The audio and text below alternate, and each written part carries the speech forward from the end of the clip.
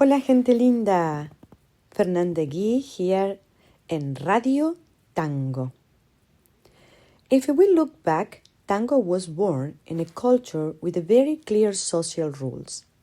For many years, the image of men and women followed a strong stereotype: the powerful man, the beautiful and respected woman.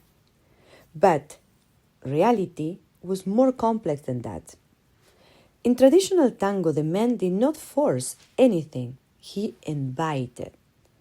The proposal was subtle.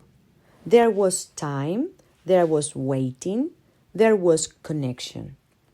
Even though society showed the image of the dominant macho, many of those strong men, very quiet, they were waiting for the woman's decision.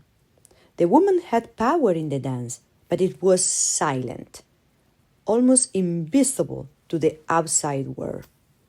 There was great subtleties in that exchange, but this dynamic were rarely spoken about it. It was risky to talk openly about that balance. So it stayed unspoken, and because it stayed silent, what people saw was only the surface. The man lead, the woman follows. How many times you listen that phrase to said, "Wait for me, I didn't tell you when to move. Let me tell you what to do. Don't anticipate it." Where do you think this phrase is coming from? With time, that model became fixed. In many professional couples, women were not only dancing, they were organizing, planning, holding everything together. They managed the structure, the administration, and often the emotional weight of the partnership. In some cases, they also experienced physical or emotional tensions, something we openly recognize in today. I'm not coming out now with this comment. We know. Conflicts and partnerships are common because, especially in the artistic level, when it's a lot of pressure, frustration, long hours of rehearsing together, all of this can create a tension. But when partners repeat for generations without being questioned, something eventually shifts. We can't repeat the same patterns over and over. Today, I see the embrace changing. Sometimes it's open, too much. Sometimes it's closer, too tight. Sometimes it's almost no embrace. Yet the stereotype remains the same. And this brings me to the present moment. Have you noticed how many women are dancing with other women today? Even experienced dancers, professionals, are choosing to work together. In milongas, we see more women standing up, no longer waiting at the table, choosing to dance with each other.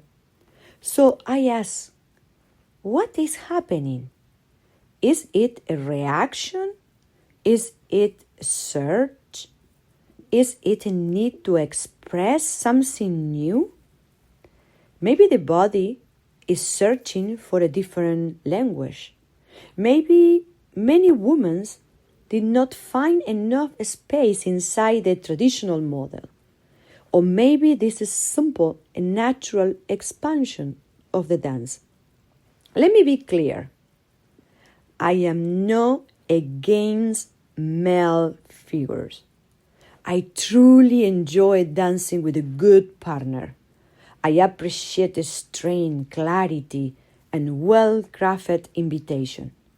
But we still see situations where leadership is confused with control and where a couple is expected to be only men and women. And here, something interesting happens.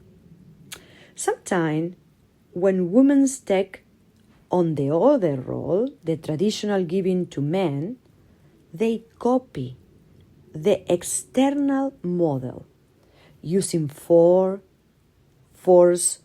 no leaving space, imposing movement, but that was never the true spirit of the proposing role. And I'm speaking from personal experience. To propose is not to dominate. To propose is to invite. If we choose to take that role, why not explore it from our own sensitivity, from listening, from having a conversation, from our way of moving and holding space? Maybe never movements will born, or maybe new movements will born. Maybe then the change will be real, genuine.